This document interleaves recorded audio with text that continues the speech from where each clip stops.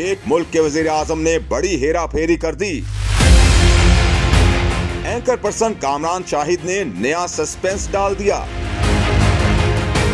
Anchor person ने अपने programme में आधी खबर ब्रेक की और बताया कि एक मुल्क के वजीर आजम ने तोशा खाना से 6 अरब मालियत की ज्वेलरी लेकर सिर्फ 1.5 करोड़ रुपए जमा कराए।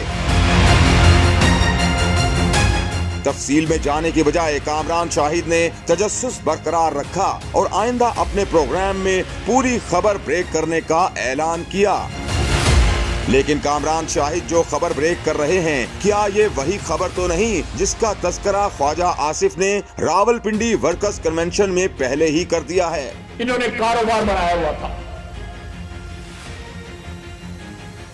इन्होंने कई तहत डिक्लेयर नहीं किए गए। मेरे मोबाइल फोन में उन जेवरात की तस्वीर है। 6 अरब रुपए के जेवरात, 6 अरब रुपए के जेवरात 1.5 करोड़ में लिए गए। ये डकैतों को हमारे ऊपर मुसल्लत किया गया, डकैतों को।